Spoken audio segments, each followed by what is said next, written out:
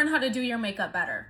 Or maybe you don't, but every once in a while I like to teach you how I do my makeup in case you want to learn something new. Get your hair out of your face. I like using a tight headband because it stretches my canvas. I already did my skincare. You want to do it right before you start your makeup. This is going to be customized to you, but the only non-negotiables are a moisturizer and a sunscreen. Starting with a grippy primer, this is quite literally going to be a glue for your makeup. Then I'm going over that with a glowy primer. This is going to help our face not look flat and two-dimensional. Going in with a rounded concealer brush and a very thick concealer to cover any of my acne. We want to do this now so it has as much time as possible to kind of dry down. Think about it this way, the longer it sits, the more coverage it'll have. I'm also putting on a lip treatment right now because my lips feel tight and dry. Going in with some eyebrow gel. If you feel like your eyebrows aren't staying in place, you might just not be using enough gel. Then we're going to use a spoolie to shape, press the hairs down with our finger, and then brush the top down. This is incredibly important. Take a makeup wipe and wipe away any excess gel around your eyebrow so it doesn't mess up our foundation. Taking a very little amount of a brow pomade and an angled eyebrow brush, I'm going to go in and draw on the tails of my eyebrows. I'm only using this on the outer half of my eyebrow. So just ignore if this eyebrow looks funky. I have a gigantic pimple just right in there. Same concealer palette, same flat rounded concealer brush. I'm going to carve out my eyebrows. First, I do the top front half with a color that's close to my skin tone. Draw a little line down the unibrow, and then I go ahead and I carve out the bottom. I use my bronzer shade to carve out the outer top part of my brow because that'll help it blend with our bronzer later. We're going to use a fluffy concealer brush just to tap out all of the edges. Unless I'm doing a whole look, I like to keep my eyes very simple. So today I'm going to go in with a liquid eyeshadow, blending that out with the same concealer brush we were just using. I like to set and blend out my brow bone with a shade that's a little lighter than my skin tone. I've been loving a simple black wing lately, but it's really hard for me to talk and do it at the same time. So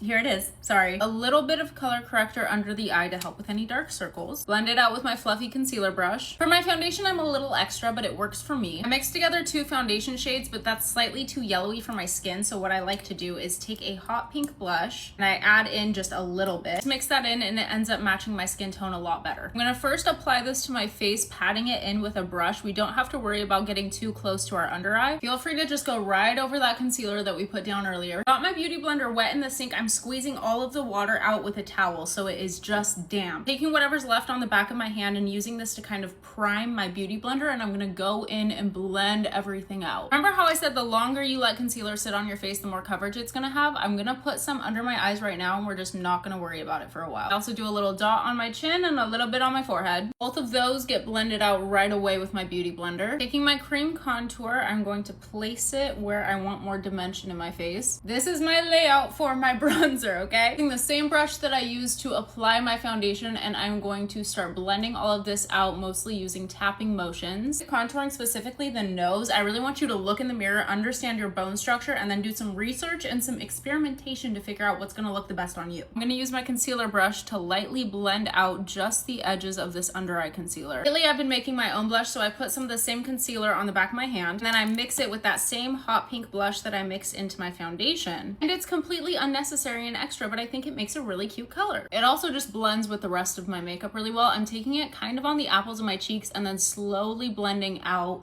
going up into my concealer. Concealer's gonna get gently blended out with my beauty blender. I don't like to blend it away too much. I like a very bright under eye. Honestly, like if it looks a little cakey, I don't really care. It's very obvious that I have makeup on. I'm not going for a no makeup look. Loose powder, powder puff, dip in, blend that out on the back of your hand, and then set a face. The only place I don't set is my nose, and I use extra powder around my chin because that's where my acne is. Acne is texture. Mattifying it will make it look less textured. Setting your entire face like this also helps with your powder products because they're not going to be clinging weird to your cream products. Speaking of powder products, we are going to take our powder bronzer and put it in all the same places that we did our cream bronzer. Setting everything with powder is really good for longevity, but it does kind of flatten the face, so we're doing this just to bring everything back. I've been obsessed with my blush combo recently. I'm going to go in with this matte baby pink. I'm going to put it right there, slowly blending it outwards. And then on the outer edges of that, I'm going to use the shimmery version to give me some more life. I also take a little bit and put it on the bridge of my nose. Very shimmery, glittery highlighter. I like to mix these two together. I'm going to go across my nose like so, and then down the bridge. Our face is a little dry from all the powder, so what are we going to use? A very wet setting spray. This feels like a good time to mention I have dry to normal skin, so this routine is going to work best on that skin type. You want it to be really wet, and then you want to dry it fully. Under my eyes, I'm going to use the same color that I did on my brow bone and a fluffy brush just to kind of set them further and I don't know, this just works in my brain. I'm just gonna take a little bit of my highlighter shade and add that right in my inner corner. Curling my eyelashes. I'm gonna apply black mascara to top and bottom lashes, nothing too crazy. Putting a thin layer of lash glue on my lashes. I'm gonna go in with my finishing spray, and you wanna do this when you are sure that you love your base, because once you spray it, you can't really change anything. Also, make sure not to breathe.